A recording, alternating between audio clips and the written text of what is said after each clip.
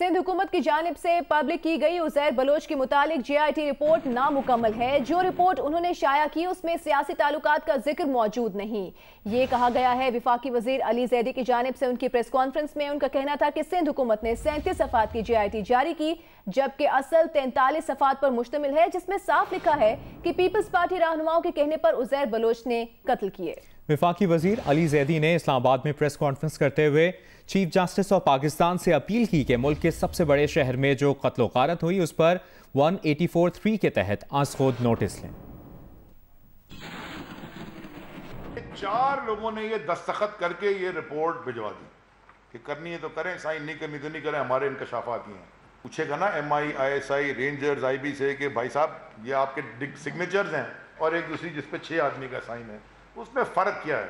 जिसमें 4 आदमी का दस्तखत है, फ्रेंड्स के नाम लिखे हुए हैं, एक नाम डॉक्टर जुल्फ़िकार मिर्ज़ा का भी है, फरियाल तालपुर साहिबा का भी है, अब्दुल कादिर पटेल साहब का भी है, डॉक्टर निसार मुराई का भी है, सेनेटर यूसुफ बलोच का भी है और शर्जील मेमन का भी है। और जो रिलीज़ करी रिपोर्ट इन्होंने, वो 6 नाम इसमें नहीं, और ये साफ साफ इसमें लिखा है कि on the instructions of PPP leadership Qadir Patel of PPP tasked the accused to kill Razak Commando as he had murdered Idi Amin, coordinator of Qadir Patel.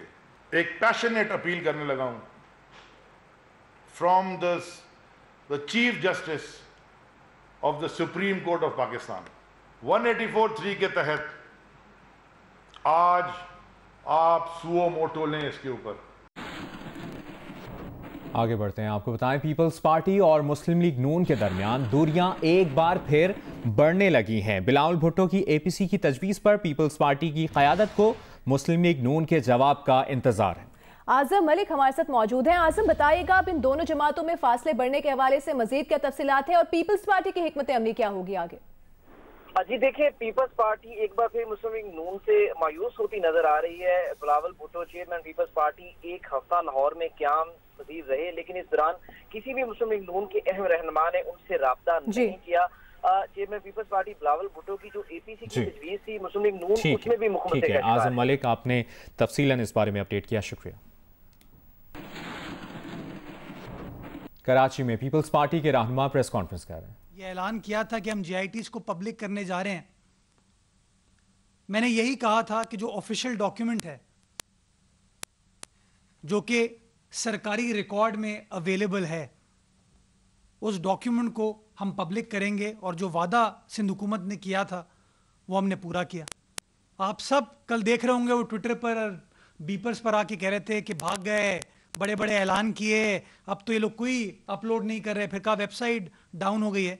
लेकिन आपने देखा कि जो सिंध हुकूमत की कमिटमेंट थी JITs को पब्लिक करने के हवाले से, तीनों JITs के हवाले से, उस कमिटमेंट को सिंध हुकूमत ने पूरा किया।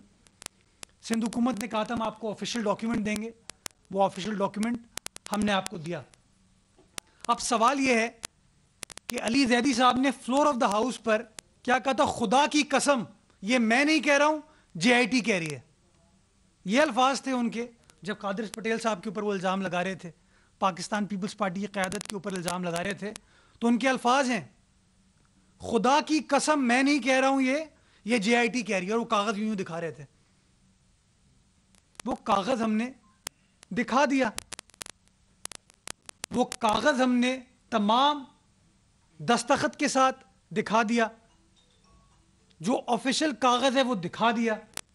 उसके अंदर तो कोई जिक्र नहीं है, कोई इस तरह की बात नहीं है।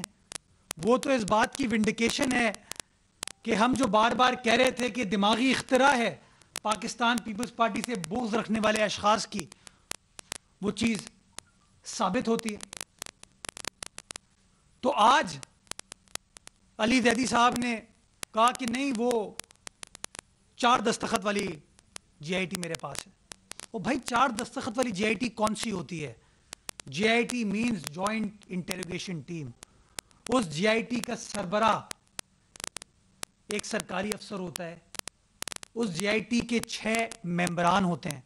वो 7 लोग इंटेरोगेट करने के बाद अपनी एक रिपोर्ट को तश्कील देते हैं और रिपोर्ट होम डिपार्टमेंट, जो कि नोटिफाइंग अथॉरिटी है, उसके पास जमा हो जाती है। तो उज़ैर बलोच के केस में 7 मेंबरान पर मुश्तमिल एक JIT तश्कील दी गई। वो 7 मेंबरान ने अपनी JIT फाइंडिंग को कागज पर रिपोर्ट की शक्ल में तश्कील दिया और उसके बाद होम डिपार्टमेंट को वो JIT रिपोर्ट जमा करा दी गई, जिसको प्रोविंशियल गवर्नमेंट सरकारी सतह पर कह रही है कि ये वो कागज है, वो ऑफिशियल डॉक्यूमेंट है। और सिंध हुकूमत की बात को वो 7 अफसरान के दस्तखत साबित करते हैं कि जेन्युइन अगर JIT कोई रिपोर्ट है तो 7 दस्तखत पर मुश्तमिल JIT रिपोर्ट है। अब पहली रिपोर्ट पर किसी ने दस्तखत नहीं किया। अब सवाल ये उठता है कि किसी ने अगर किसी डॉक्यूमेंट के ऊपर दस्तखत नहीं किया तो डॉक्यूमेंट आया कहां से है? वो डॉक्यूमेंट कहां से आया है? वो डॉक्यूमेंट किसने दिया है उनको? इसका कोई जवाब उनको नहीं है। और ये इस बात की दलील है कि जिस तरह माजी में कुछ और लोगों ने दस्तावेजात को क्रिएट करने की कोशिश की ताकि पाकिस्तान पीपल्स पार्टी की क़यादत को मलाइन किया जा सके, वही काम अली जैदी साहब कर रहे हैं। फिर अली जैदी साहब कहते हैं कि जी वो ब्लैंक डॉक्यूमेंट को छोड़ देते हैं। मेरे पास JIT है जिसपे 4 लोगों के दस्तखत हैं, बाकी लोगों ने दस्तखत करने से इनकार कर दिया और वो रिपोर्ट सबमिट कर दी गई। किसको सबमिट की गई? अली जैदी साहब को सबमिट की गई है। अली जैदी साहब को दी गई है क्योंकि सिंध हुकूमत को तो इस तरह कोई दस्तावेजात नहीं दिए गए, कोई इस तरह का डॉक्यूमेंट नहीं दिया गया। कौन लोग हैं जो अली जैदी साहब को ये कागजात दे रहे हैं? क्या अली जैदी साहब खुद कहीं से क्रिएट कर रहे हैं? कौन उनको दे रहा है? इन सवालात के जवाब अली जैदी साहब ने अनफॉर्चुनेटली आज की अपनी प्रेस कॉन्फ्रेंस में नहीं दिए। मैं एक बार फिर दोहराना चाहूंगा कि JIT 1, 2, 3, 4, 5 नहीं होती हैं। कानूनी एतबार से JIT हुकूमत तश्कील देती है, उसके मेंबरान, उसका सरबरा अपनी रिपोर्ट को फाइनलाइज करते हैं और रिपोर्ट JIT हुकूमत तश्कील देती है, उसका सरबरा अपनी रिपोर्ट को फाइनलाइज करते हैं और रिपोर्ट को फाइनलाइज करने के बाद वो होम डिपार्टमेंट को रिपोर्ट जमा कराते हैं। इन तीनों केसेस के अंदर जो JIT तश्कील दी गई सिंध हुकूमत ने, उस JIT ने अपनी फाइंडिंग्स को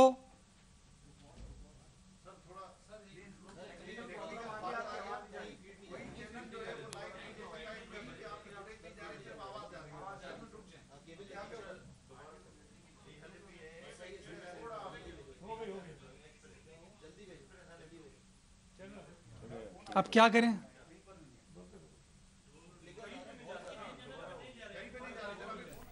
पीपल्स पार्टी के रहनुमा प्रेस कॉन्फ्रेंस कर रहे थे। उनका कहना था अली जैदी, वफाकी वजीर अली जैदी की प्रेस कॉन्फ्रेंस के रद्द अमल में ये प्रेस कॉन्फ्रेंस की गई है। और मुर्तज़ा वहाब का कहना था कि अगर किसी ने किसी डॉक्यूमेंट पर दस्तखत नहीं किए तो वो डॉक्यूमेंट आए कहाँ से? उनका कहना था कि लगता है कि डॉक्यूमेंट क्रिएट किया गया है ताकि पीपल्स पार्टी की क़यादत को बदनाम किया जा सके। पाकिस्तान में सियासी एतबार से, आईनी एतबार से नहीं है।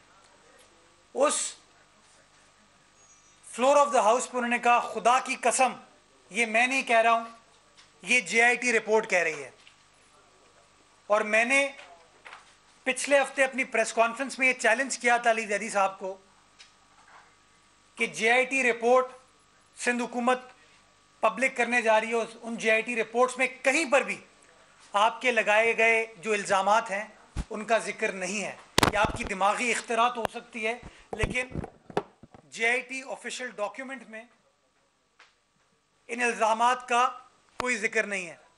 और आज अली जैदी साहब ने अपनी प्रेस कॉन्फ्रेंस में इस बात को खुद एतराफ़ कर लिया कि उनके पास कोई ऑफिशियल डॉक्यूमेंट नहीं है।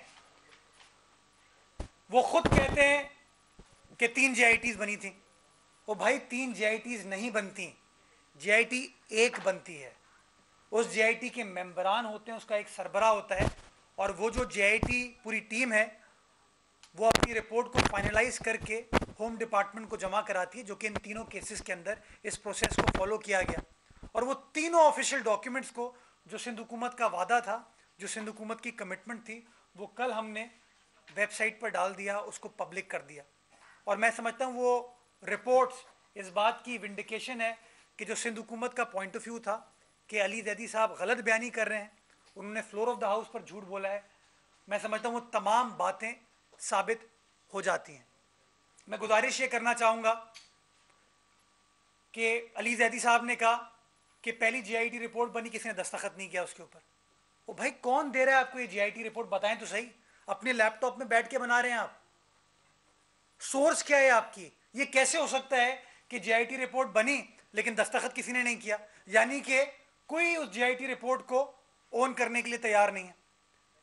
फिर कहते हैं नहीं, एक और JIT रिपोर्ट बनी। हाँ, सिंध हुकूमत ने जो रिपोर्ट लगाई है वो तमाम दस्तखत के साथ है, 7 दस्तखत है उसमें, JIT के हेड का दस्तखत भी है, तमाम लॉ इन्फोर्समेंट एजेंसीज का दस्तखत भी है। एक और JIT है जिसमें 4 दस्तखत हैं, और वो JIT रिपोर्ट उन्हें दस्तखत करके भिजवा दी। किसको भिजवाई?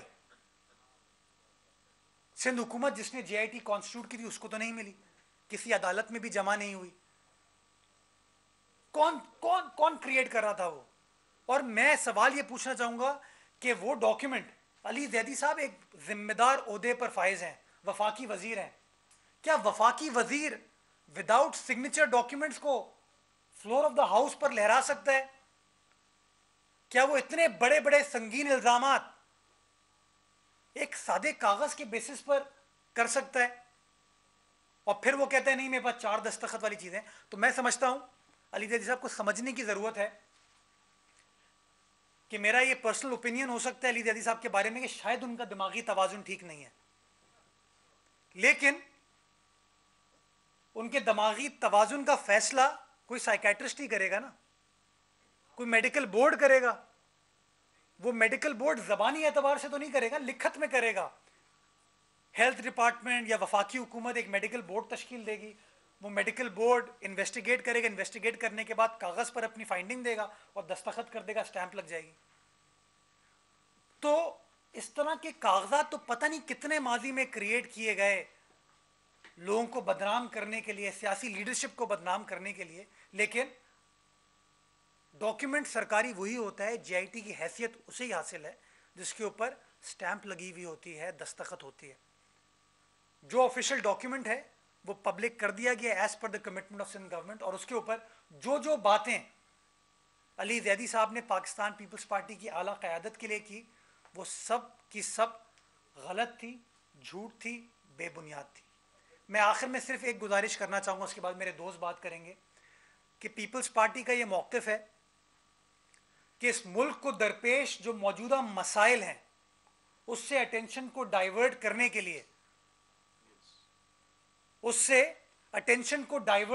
के लिए, बार बार ये वफाकी वुज़रा आके इल्ज़ाम तराशी की सियासत करते हैं, पुरानी बातें करते हैं जिनका हकीकत से कोई लेना देना नहीं होता। 2016 में तमाम चीज़ें सेटल हो चुकी हैं, अदालत में केसेस चल रहे हैं। कादिर पटेल साहब से जब इंक्वायरी हुई, इन्वेस्टिगेशन हुई, इन्होंने इन्वेस्टिगेशन को फेस किया, भागे नहीं, भागता कोई और है। लेकिन जो मौजूदा मसाइल हैं इस मुल्क के, चीनी बहरान इमरान खान साहब की देन है पाकिस्तानी कौम को।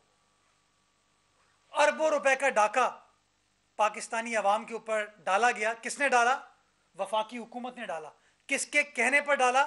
इमरान खान साहब के कहने पर डाला, ये मैं नहीं कह रहा हूं और ये कोई सादा कागज भी नहीं कह रहा है। ये इंक्वायरी कमीशन जो कि इमरान खान साहब ने तश्कील दिया था, उस इंक्वायरी कमीशन रिपोर्ट में लिखा हुआ है कि वफाकी हुकूमत ने एक्सपोर्ट करने की इजाजत दी। वफाकी हुकूमत ने किसके कहने पर? कॉमर्स मिनिस्ट्री के कहने पर इजाजत दी। कॉमर्स मिनिस्ट्री का मिनिस्टर इंचार्ज कौन है? इमरान खान साहब है। आटे का बहरान हुआ, इस वक्त बिजली का बहरान है। हम कराची में बैठे हैं, लोगों को बिजली नहीं मिल रही है, लेकिन बिजली के निर्खों में इजाफा कर दिया गया है। सबको पता है कि के इलेक्ट्रिक का मालिक कौन है, उसकी सियासी कुर्बत किसके साथ है, क्या क्या मरासिम है। इस वक्त जब कराची वालों को बिजली नहीं मिल रही, बजाय इसके कि वफाकी हुकूमत कोई मरहम डालती, वो बिजली के मसाइल हल करती, बिजली के निर्ख यकतरफा तौर पर सिर्फ कराची शहर में बढ़ा दिए गए। दुनिया भर में तेल की कीमतों में कमी हुई। वो कहते हैं ना, बड़ी देर की मेहरबा आते आते, काफ़ी अरसे बाद मजबूरन इनको तेल के निर्खों में कमी करनी पड़ी। लेकिन मेरे ख्याल में पाकिस्तान क्या दुनिया की तारीख में ऐसा नहीं हुआ होगा कि तेल दस्तयाब नहीं था, कि तेल दस्तयाब नहीं था। यह है हुकूमत की रिट। बड़ी बड़ी बातें तो करते हैं ये, लेकिन कीमतें कम तो की, लेकिन उन कीमतों पर तेल एक आम आदमी को दिलवा नहीं पाए। बड़े बड़े ऐलानात के नहीं, 2 दिन में मामला हल हो जाएगा, 3 दिन में मामला हल हो जाएगा, आज हो रहा है कल हो रहा है, वो मामला हल नहीं हुआ। आखिर में इनको उन माफियाज के सामने घुटने टेकने पड़े और यकतरफा तौर पर फिर पाकिस्तान की सियासी तारीख में पहली बार 30 तारीख को या 15 तारीख को ओगरा निर्खों को बढ़ाती है।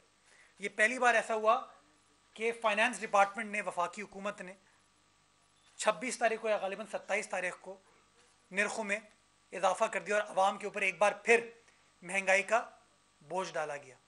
पीपल्स पार्टी का कसूर यही है कि बार बार इस बेलगाम हुकूमत को लगाम देने की कोशिश कर रही है। बार बार इस नाकाम निकम्मी हुकूमत को यह बता रही है कि आप अवाम का इस्तेहसाल करना बंद कर दें। जो चीनी केस में, आटे केस में, तेल केस में आपने अवाम के माल पर डाका डाला है, हमारा कसूर यह है कि floor of the national assembly पे हमारे चेयरमैन उस चीज को उजागर कर रहे हैं, हमारे मेंबरान कौमी असेंबली उस इशू को उजागर कर रहे हैं। और इसीलिए चूंकि तनकीद इनको पसंद नहीं है, मीडिया हाउसेस भी जब बात करते हैं तो उनके ऊपर भी आपको पता है किस तरीके से सरजनिश की जाती है। उसी तरीके से जो सियासी लीडरान इनके ऊपर तनकीद करते हैं, उनको या तो वो नैब के जरिए बंद करा देते हैं या फिर इस तरह की इल्ज़ाम तराशी का प्रोसेस स्टार्ट करते हैं। मैं एक बार फिर कहना चाहूँगा कि अली जैदी साहब की हुई बातें झूठ का पलंदा थी, गलत बयानी पर मबनी थी और उनका हकीकत से कोई लेना देना नहीं था। जो ऑफिशियल GIT सिंध हुकूमत के पास थी, जो ऑफिशियली सबमिट की गई थी, जो सरकारी दस्तावेजात हैं, वो सिंध हुकूमत पहले हाई कोर्ट के सामने सील्ड एनवेलप में दे चुकी है और कर उसको वेबसाइट पर डालकर पब्लिक कर चुकी है। सईद गनी साहब बात कुछ करना चाहेंगे, उसके बाद आप।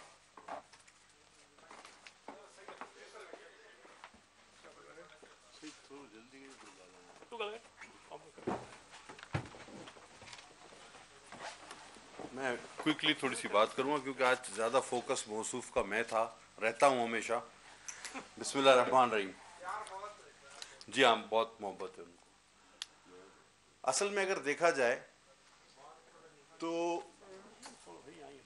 ये तसलसल वही है जो कौमी असम्बली से शुरू हुआ और जैसे कि मुर्तज़ा वहाब ने कहा कि हमने इनकी कोताहियों की निशानदेही की और बड़ी आला तरीके से की और तनकीद इनको पसंद नहीं है, लिहाजा अंदाज़ा आप कर सकते हैं।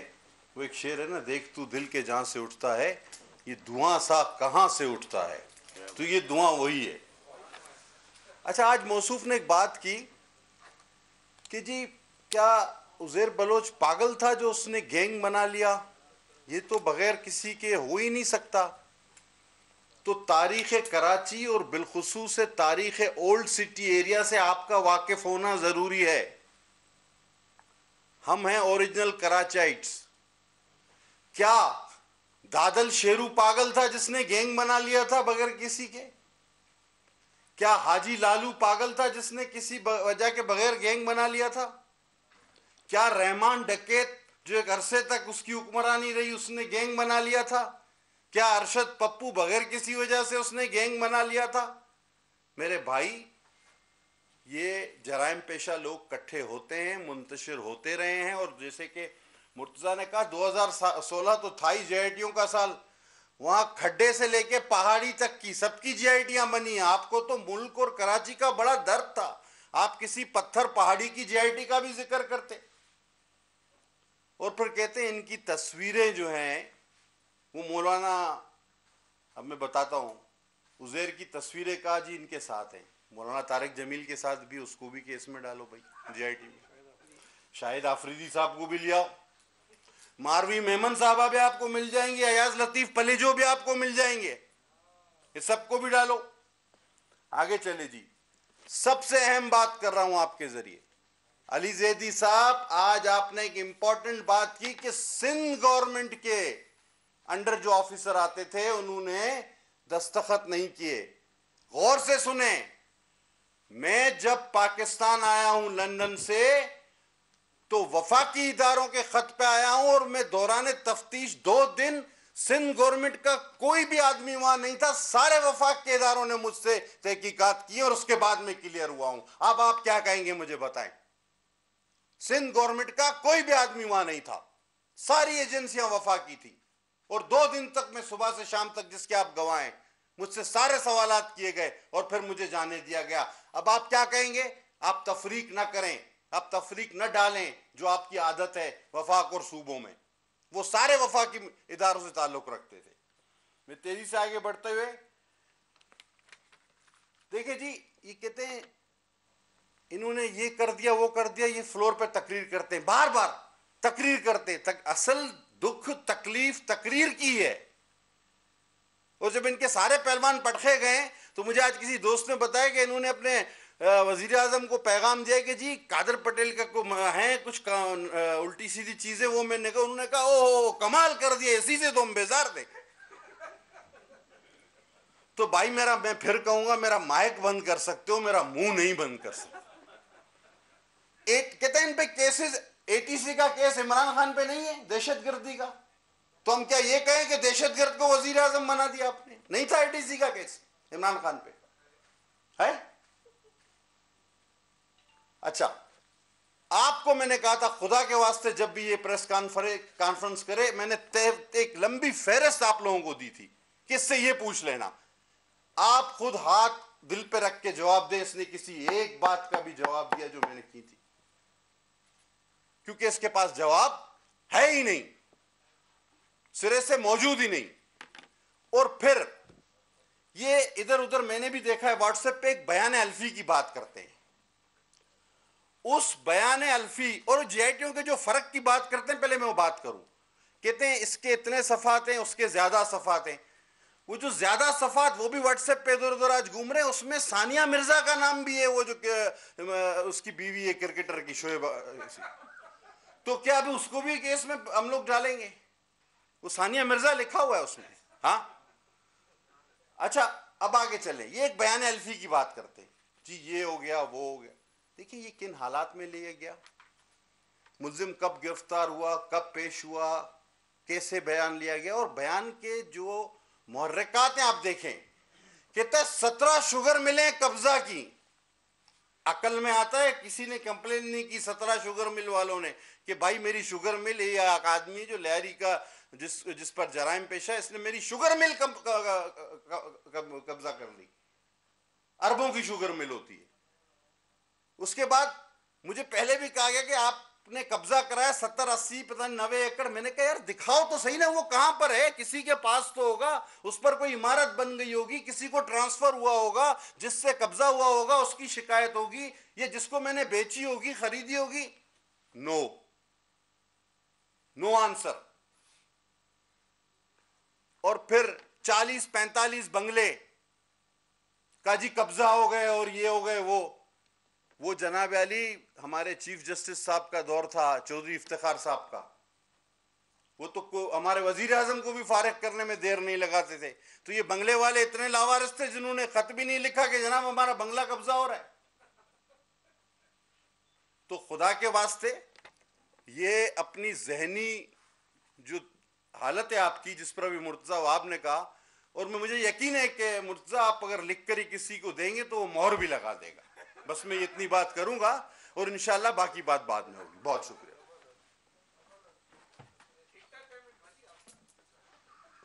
सचिव सीधी गाली वगैरह मैं बस अभी 2-4 बातें करूंगा, फिर आप सवाल कर दीजिएगा। देखिए, एक तो मैं वो लफ्ज़ इस्तेमाल करता हूँ, मुझे लोगों ने कहा ये बड़ा मौजूद लफ्ज़ इस्तेमाल नहीं किया करो आप। मैं अक्सर कहता हूँ कि पीटीआई के कुछ चवल वजीर हैं और लोग कहते हैं यार ये मौजूद लफ्ज़ मत इस्तेमाल करो उसके लिए। मैंने कहा कुछ और लफ्ज़ मिलता नहीं है मुझे, असल में मैं ढूंढ रहा हूँ।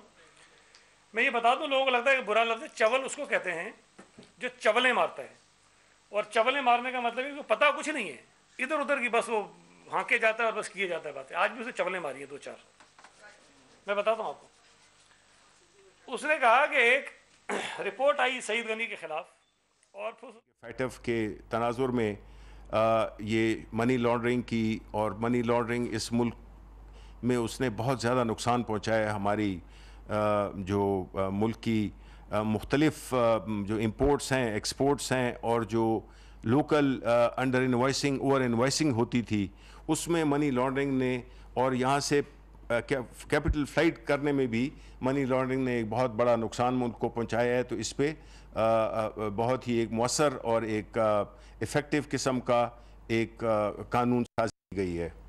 उसके अलावा काबीना ने मुनव्वर हुसैन को CEO agro food processing Multan तैनात करने की मंजूरी दी, और उसके साथ साथ सैयद मीकाल हुसैन, इमरान वहीदुद्दीन और मुराद अंसारी को STEDC technology commercialisation corporation of Pakistan limited के बोर्ड ऑफ डायरेक्टर्स में बतौर मेंबरान तैनात करने की मंजूरी दी। काबीना कमेटी बराए निजकारी ने 2 जुलाई को 2020 के इजलास में लिए गए फैसलों की मंजूरी भी दी, और काबीना ने ड्रग प्रोसेसिंग पॉलिसी 2018 को ड्रग एक्ट 1976 के मुताबिक बनाने के लिए तारामीम की भी मंजूरी दी। काबीना ने मोहतरमा राहत कोनैन हसन, शुमाइला लोन और मुश्तबा अहमद लोदी को 3 साल के लिए मुसाबिकती कमीशन ऑफ पाकिस्तान के मेंबरान तैनात करने की मंजूरी दी। काबीना ने राहत कोनैन हसन को चेयरमैन मुसाबिकती कमीशन ऑफ पाकिस्तान तैनात करने की मंजूरी दी। ये वो कंपटीशन कमीशन ऑफ पाकिस्तान है जिसका एक बहुत ही ज़्यादा अहम रोल रहा है, और बदकिस्मती से माजी में जिस तरह से लोगों को वहाँ पे लगाया जाता था, और ये शुगर रिपोर्ट और जिस किस्म की जो क्राइसिस हुई हैं हमारे मुल्क में, उसमें मुसाबकती कमीशन का एक बहुत बड़ा किरदार रहा है, एक नेगेटिव किरदार रहा है। हम ये उम्मीद करते हैं कि नई तैनातियों से इसमें बड़े मेरिट के मुताबिक बड़े ट्रांसपेरेंट तरीके से तैनाती की गई है, और हम ये उम्मीद करते हैं कि ये इदारा, जिस तरह के और बहुत से इदारे थे जिनको के मफलूज कर दिया गया है, हम ये उन इदारों को दोबारा कर रहे हैं और ऐसे लोगों को ला रहे हैं जो कि न सिफारिश पे और ना किसी ताल्लुक़ की बुनियाद पर आएँ, ताकि वो इन इदारों को खड़ा कर सकें, क्योंकि इदारे मुल्क को चलाते हैं और इदारे ही मुल्क की और आवाम की इंटरेस्ट का तहफ़्फ़ुज़ करते हैं। तो इन कोशिशों पे उम्मीद है कि हमारे जो आगे आने वाला वक्त है उसमें ये इदारे बहुत बेहतर तरीके से काम कर सकेंगे। ये था आज का उसका ख़ुलासा, और जो तफसीलात हैं वो ज़ाहिर है प्रेस को डिटेल में वो मुहैया कर दी जाएंगी। बहुत बहुत शुक्रिया। वफाकी वज़ीर इत्तलात सेनेटर शिबली फराज विफाकी काबीना के इजलास में जो फैसले किए गए हैं उनसे मुतालिक ब्रीफ कर रहे थे।